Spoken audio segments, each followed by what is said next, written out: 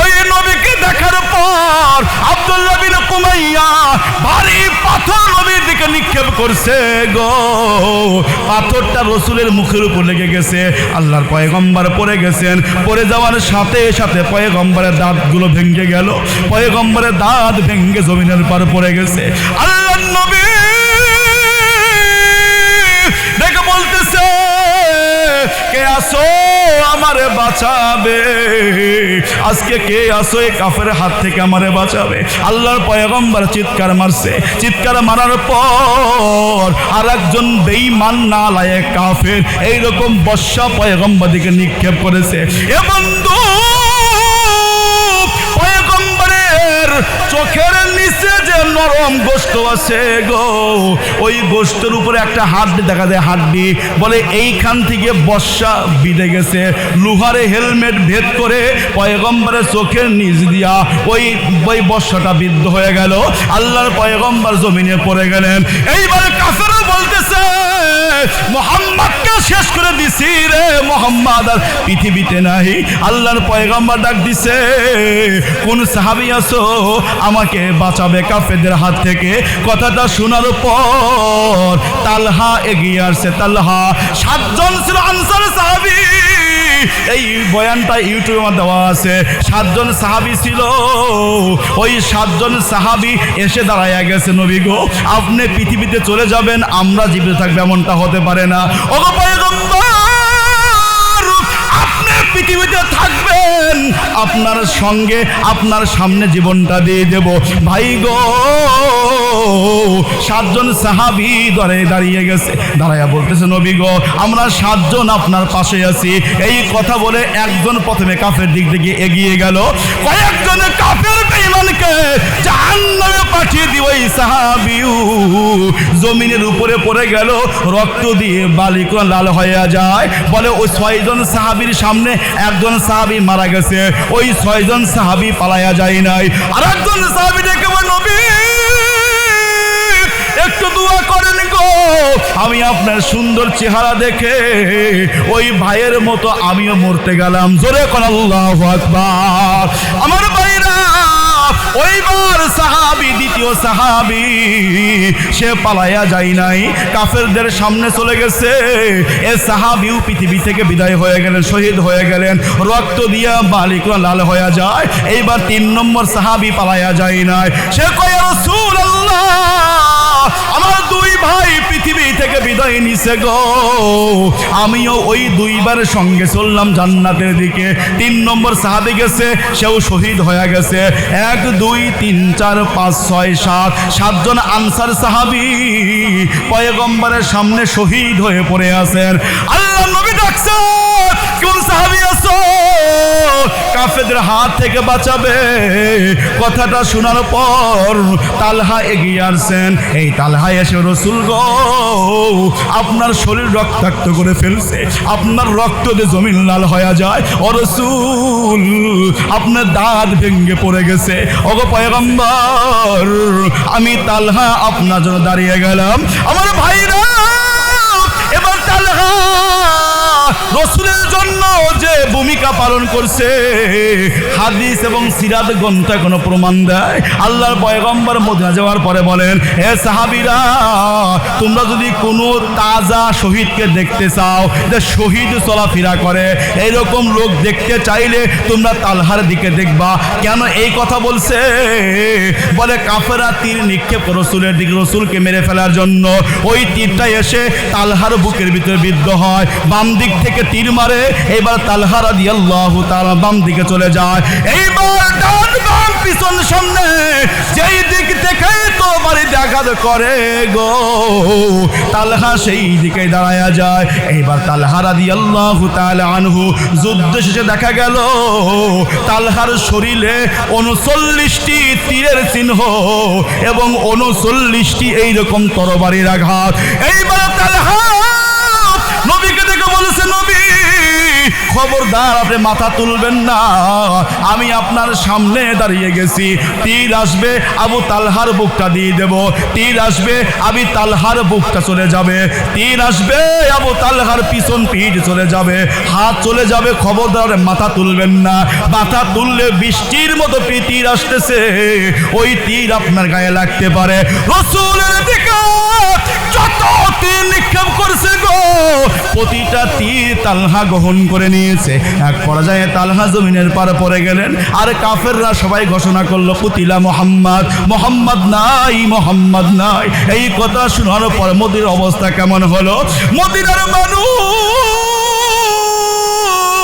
খাবার বাদ দিয়ে দিছে, শিশু বাচ্চা মায়ের দুধ পান করে না, এইরকম মহিলারা পাগলের মতো হয়ে গেল, এইরকম সন্তানেরা পাগলের মতো হয়ে গেল।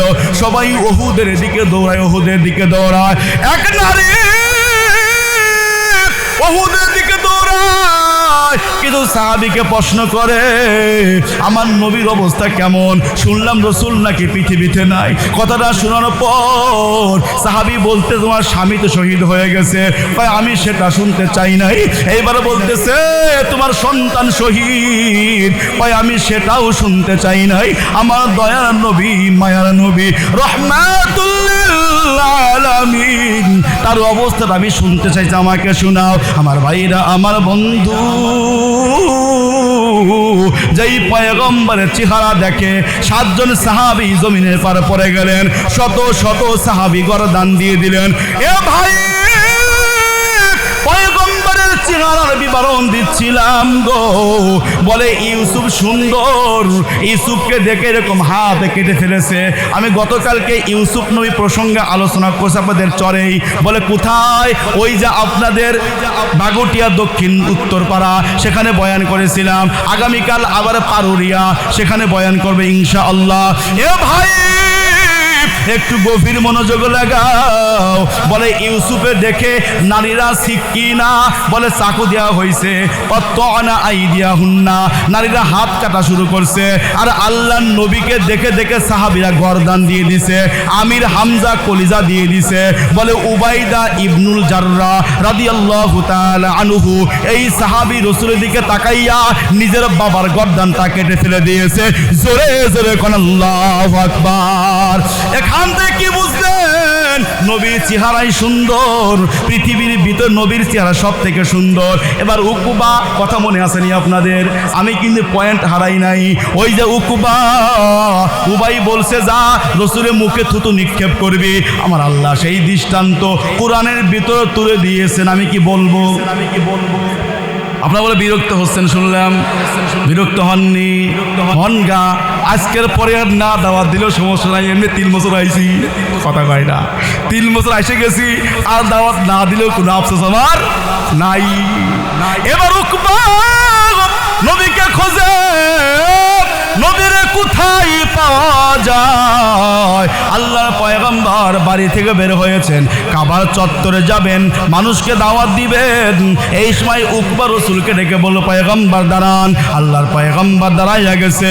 উকবা এইবার পয়গম্বরের মুখে থুতু নিক্ষেপ করেছেন। চিল্লায়া কন নাউযুবিল্লাহ। যেই রাসূলের চেহারা দেখে সাহাবীরা নিজের জিন্দেগি বিলাইলো, সেই রাসূলের মুখের উপর থুতু নিক্ষেপ করছে। কত বড় নরাধাম পাপী পাপিষ্ট, কথা কন ঠিক কিনা? এ ভাই, এইবার উকবা পয়গম্বরের মুখের পার থুতু নিক্ষেপ করার পর পয়গম্বর বদদুয়া করে নাই। কেন? উম্মতের প্রতি পয়গম্বরের মায়া আছে না নাই? জোরে কন আছে না নাই? এজন্য পয়গম্বর বদদুয়া করে নাই। ওই যে আরশের মালিক আল্লাহ, সে সহ্য করে নাই, আমার আল্লাহ বদদুয়া পাঠাইলেন। আল্লাহ তাআলা বলেন ইয়াউমা ইয়া'আদ্দুল যালিমু আলা ইয়াদাইহি। আল্লাহ পাক বলেন এই উকবা কিয়ামতের ময়দানে নিজের হাত নিজেই কামড়াবে, ধ্বংসন করবে। কথা কি আপনারা শোনেন? এই উকবা কিয়ামতের ময়দানে নিজের হাত নিজেই কামড়াবে, নিজের হাত নিজেই দংশন করবে, কামড়াবে আর বলবে ইয়াকুল, উকবা নিজেই তখন বলবে ইয়া লাইতানি ইত্তাখাযতু মা'আর রাসূলি সাবিলা।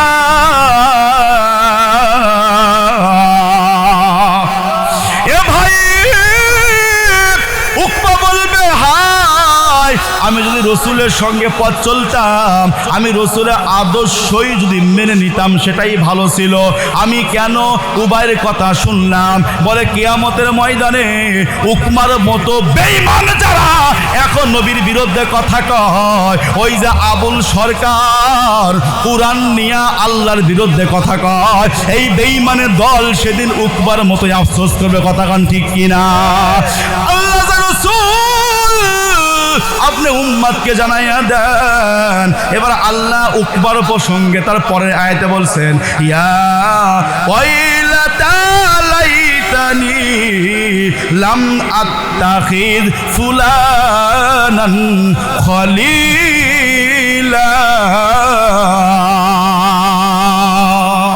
এবার উকবা বলবে হায় আফসোস, আই দুঃখ আমার, আমি যদি উবারের মতো লোককে বন্ধু না বানাইতাম তাহলে আজকে আমাকে এই কঠিন অবস্থা দেখতে হতো না, আমাকে জাহান্নামে যেতে হতো না, নিজের হাত নিজেই দংশন করতে হতো না। আমি কেন উবাইকে বন্ধু বানালাম, এই আফসোসটা করবে। এবার এখান থেকে আপনি কি শিখলেন? ইসলাম বিদ্বেষে কি আপনি বন্ধু বানাবেন? এ কথা কন না কেন ভাই, যে ইসলাম বিদ্বেষী যে তাকে কি আপনি বন্ধু বানাবেন কখনো? না না, বলে 1 লক্ষ আবুল সরকার হতে পারে, আমি একজন তাদের যথেষ্ট। কথা কন না কেন? এইবার উকবা বলতেছে আমি যদি উবাইকে বন্ধু না বানাইতাম সেটাই তো ভালো হইতো। এরপরে বলতেছে লাকাদ আদাল্লানি আনিয যিকরি বাদা ইয জাআনি। এবার উকবা বলতেছে হায়, আমার কাছে এইরকম হেদায়েত আসলো, আল্লাহর কুরআন আসলো, আমি কুরআন শুনলাম, আমি কেন মুহাম্মদ সাল্লাল্লাহু আলাইহি ওয়াসাল্লামের বিরুদ্ধে চলে গেলাম? এই রকম কথা বলতেছে বেঈমানের বাচ্চারা। এ বন্ধু ভালো করে শোনো, এই যে পয়গম্বরের রক্ত মাখা দিনের কথা বলতেছিলাম, আপনাদের মনোযোগ আছে না নাই? আর কিছু সময় চলবে নি, একেবারে সংক্ষিপ্ত কথা, কারণ বয়ান তো আমি করব না, বয়ান আমি আপনাদেরকে বহু শুনাইছি, বয়ান করবেন আজকে আমাদের প্রধান মেহমান। ভাইরা আমার, বন্ধুরা, পয়গম্বরের মুখে থুতু নিক্ষেপ করছে। পয়গম্বর যখন সেজদায় চলে গেছেন, পয়গম্বরের মাথার উপরে উটের নারী বুড়িগুলো এনে চাপাইয়া দিছেন। 1 নম্বর, পয়গম্বরের বাড়ির উপরে ময়লা আবর্জনা ফেলছে। 2 নম্বর, পয়গম্বরের মুখের উপর থুতু নিক্ষেপ করছে। 3 নম্বর, পয়গম্বরের গলায় ফাঁস লাগাইয়া দিছে। 4 নম্বর, পয়গম্বর যখন সেজদায় গেছে গো, পয়গম্বরের মাথার উপরে উটের নারী বুড়ি ময়লা আবর্জনা ফেলে দিয়েছেন। এ ভাই, 6 নম্বর হলো আবু জাহাল রসুলের মেরে কপালটা কেটে দিয়েছেন। আমার ভাইরা, 7 নম্বর হলো রসুলের নাম মুহাম্মদ। বলেন তো কি নাম? মুহাম্মদ সাল্লাল্লাহু আলাইহি ওয়াসাল্লাম। বলে কাফেররা মুহাম্মদ বলে না, কাফেররা বলে মুজাম্মাম। সিরাত কিতাব গ্রন্থে আসছে মুজাম্মাম আসাইনা ওয়া আমরুহু আবাইনা অদিনাহু কলাইনা। আবু লাহাবের স্ত্রী নবীর নাম কিটকিরি করে কয় মুজাম্মাম। মুহাম্মদ মানে প্রশংসা, আর এই রকম মুজাম্মাম শব্দ তো নিন্দনীয়। বলে মক্কার কাফেররা মুহাম্মদ বলে না, মুজাম্মাম মুজাম্মাম মুজাম্মাম বলে। আমার ভাইরা, আমার বন্ধু, নাম বিকৃত করছে, তারপরে নবীকে পাগল বলছে, নবীকে জাদুকর বলছে, নবীকে এই রকম মিথ্যাবাদী বলছে। এ ভাই, তারপরে পয়গম্বর উহুদের ময়দানে আমাদের জন্য 3 বার রক্ত দিয়ে বেহুশ হয়ে পড়ে গেছে। ও ভাই, আমি এইরকম কয়েকটা পয়েন্ট আপনাদেরকে শোনাবো, কারা কারা শুনবেন? বলে আধা ঘন্টার ভিতরে মাহফিল ছাড়তে পারবেন না। আল্লাহর কোন কোন বান্দা গো এই জান্নাতের বাগান থেকে ফেরেশতারা ভিডিও করতেছে, তাদেরকে একটু ভিডিও চিত্র দেখাইয়া দিয়া 2টা হাত তুলে ওয়াদাবদ্ধ হও যে হুজুর আধা ঘন্টার ভিতরে মাহফিল আমি ছাড়বো না। আল্লাহর কোন বান্দা আছো আমি দোয়া করব, আল্লাহ যারা হাত তুলছে, যারা হাত তুলবে এদের মা বাবা যারা কবরে জান্নাতি বলে কবুল করে নিও। এইবার হাত তুলে দেখান, আধা ঘন্টার মধ্যে আমরা মাহফিল ছাড়বো না। লিল্লাহি তাকবীর, লিল্লাহি তাকবীর। দেখেন তো ভাই হাত তোলে নাই কে? দেখেন দেখেন হাত তোলে নাই কে? আল্লাহ যারা হাত তুলছে আপনি প্রত্যেককে কবুল করে নেন, বলেন আমিন। এবার হাত নামান। আল্লাহর পয়গম্বরকে তায়েফে তিনবার বেহুশ করে ফেলছে, উহুদের ময়দানে দাঁতকে ভেঙে ফেলে দিয়েছে, এরকম বর্ষা মেরেছে পয়গম্বরের চোখের নিচ দিয়ে বর্ষা বিদ্ধ হয়ে গেছে। এ ভাই তাবুকের যুদ্ধে পয়গম্বর ফিরার পথে 12 জন মুনাফিক পয়গম্বরকে হত্যা করার পরিকল্পনা করেছে। পয়গম্বরকে বিষ পান করানো হয়েছে। এই যে রক্ত মাখা দিন আমরা পাইছি, এই রক্ত মাখা দিন ধরে রাখার দরকার আছে না নাই? আছে না নাই? কোন বেঈমান, কোন নাস্তিক, মুরতাদ ইসলামের বিরুদ্ধে কথা বললে আবুল সরকার কেন বাংলাদেশের প্রধানমন্ত্রীও ইসলামের বিপক্ষে কথা বললে ছেড়ে দেওয়া হবে না। কথা কোন ঠিক না ঠিক? লিল্লাহি তাকবীর। বলে এইরকম প্রধানমন্ত্রী কেন? বলে এরকম ডোনাল্ড ট্রাম্প এরকম ইসলাম বিদ্বেষী কথা বল, তাকেও ছেড়ে দেওয়া হবে না। মুসলমান মরতে জানে, মারতেও জানে। কথা কন না কেন? আমরা মরলে শহীদ, বাঁচতে গাজী, আমরা মরণকে পরোয়া করি না কেন? বলে ওই বেঈমানদের বিরুদ্ধে কথা বলতে গিয়ে মরণ হইলে জান্নাত। কথা কয় না কেন? এই জন্য আমরা জান্নাত চাই, মরতে আমরা দ্বিধাবোধ করি না। কথা কন ঠিক কিনা? এজন্যই বলছি রে ভাই, এই যে পয়গম্বরের রক্ত মাখা দিন, এত রক্ত, বলে তায়েফের জমিনে রক্ত, উহুদের ময়দানে রক্ত, বিষ পান করাইছে, বিষের প্রতিক্রিয়া শুরু হয়েছে ইন্তেকালের সময়। পয়গম্বর বলে আয়েশা, ওই যে ইহুদি মহিলা এইরকম খাসি ডানের সাথে মিশ্রিত করে আমাকে বিষ পান করাইছে, ওই বিষের যন্ত্রণা শুরু হয়ে গেছে রে আয়েশা। আল্লাহর রাসূল চোখের পানি ছেড়ে কেঁদেছেন। এই রক্ত মাখা দিন আমরা জমিনে রাখতে চাই, আর এই রক্ত মাখা দিন রাখতে হলে এই রকম মাদ্রাসা দরকার, মসজিদ দরকার, হাফেজে কুরআন দরকার, আলেম উলামা দরকার। কথা কোন ঠিক কিনা? এবার আলেম উলামা কোথায় তৈরি হয়?